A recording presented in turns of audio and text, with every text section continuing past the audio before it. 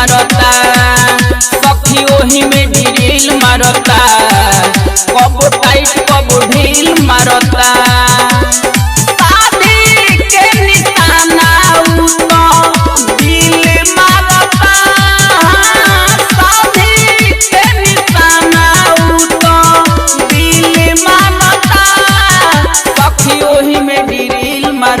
कबो टाइट कबो ढील मारता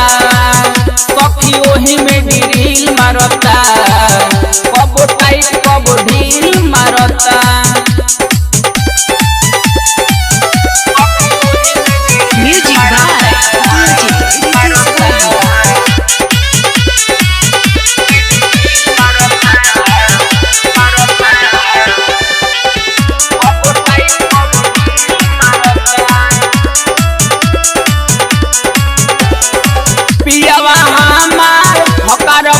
करेला मेजरमेंट हो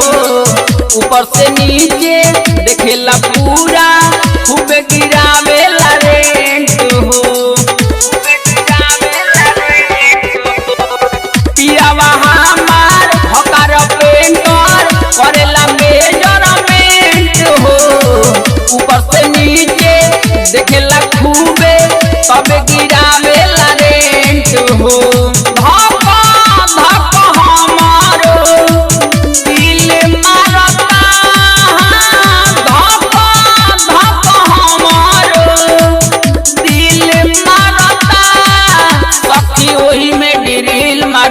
कबो टाइट कबो ढील मारता सखी ओही में ड्रिल मारता कबो टाइट कबो ढील मारता अरे छेदलो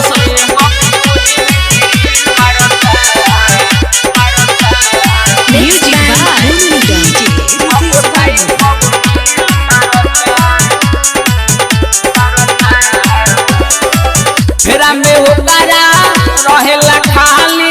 पतनो हम समझाई हो मारेला धार जब हुआ बाजार में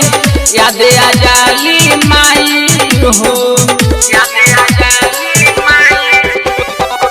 फेरा में ओकरा रहेला खाली पतनो हम समझाई हो मारेला धार जब हुआ बाजार में याद आ जाली माई हो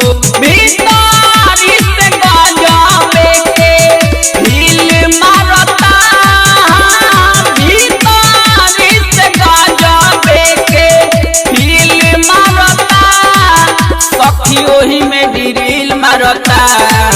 कबो टाइट कबो ढील मारता सखी ओही में ड्रिल मारता कबो टाइट कबो ढील मारता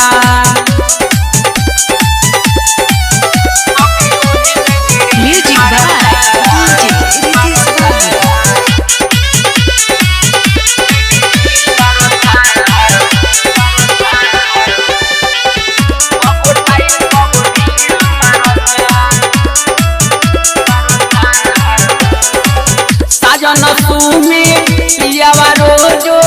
ओभर टाइम लगावेला बेरा कुबेरा मन करे तो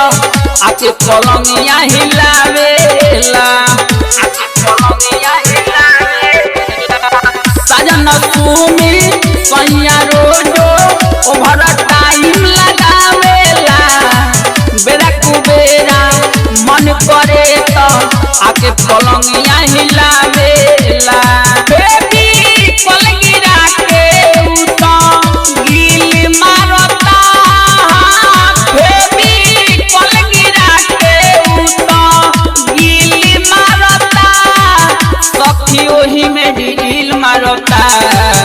कबो टाइट कबो ढील मारता सखी ओही में ढील मारता